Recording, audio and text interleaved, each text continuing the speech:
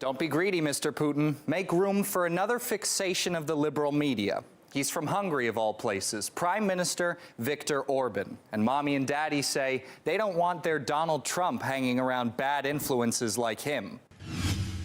Basically, everyone agreed. No Orban meeting, said a former White House official involved in internal discussions.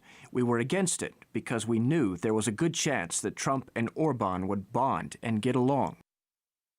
The visit by Mr. Orban, who is seen as an autocrat who has rolled back democracy, provoked a sharp dispute within the White House.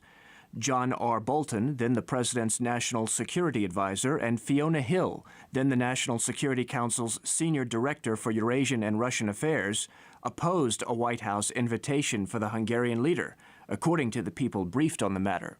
Why is Orban on the radar now? Well, the mainstream media have been getting on his case for a number of reasons. His hostile stance on immigration, the closure of George Soros's university, but mostly it's because he's a danger to democracy.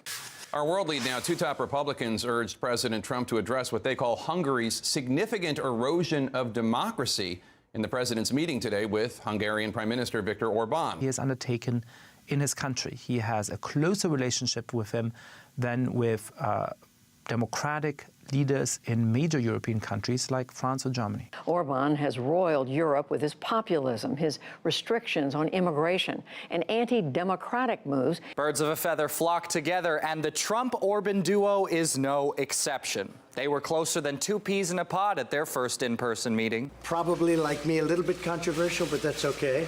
That's okay.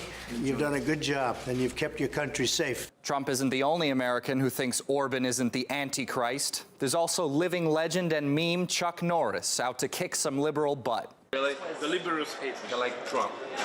A little bit more than that. You are so nice to come and pick us up. Yeah. You know, I'm a street fighter, basically. I'm not coming from the elite. Oh. No, I'm coming from a small village. Mainstream U.S. media might be just as harsh on Orban as they are on Trump, but it looks like they've got nothing on the president of the European Commission. The dictator is coming. Dictator? They just don't make dictators as big and scary as they used to, I guess.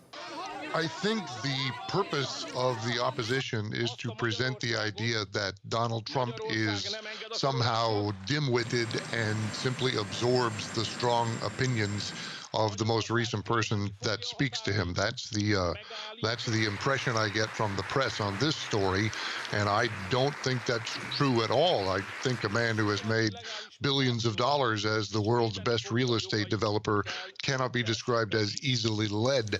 I think Trump goes into these things with his own opinions, and the people who don't want him to have a meeting with someone like Orban are people who don't want that opinion to have any influence with Donald Trump. They don't understand that he's already summed up the situation, and he just wants to hear from the different parties. It's dismissive of his intellect and his ability to analyze to say that if he simply hears from someone, he will adopt their opinion. It's dismissive, and it's also incorrect.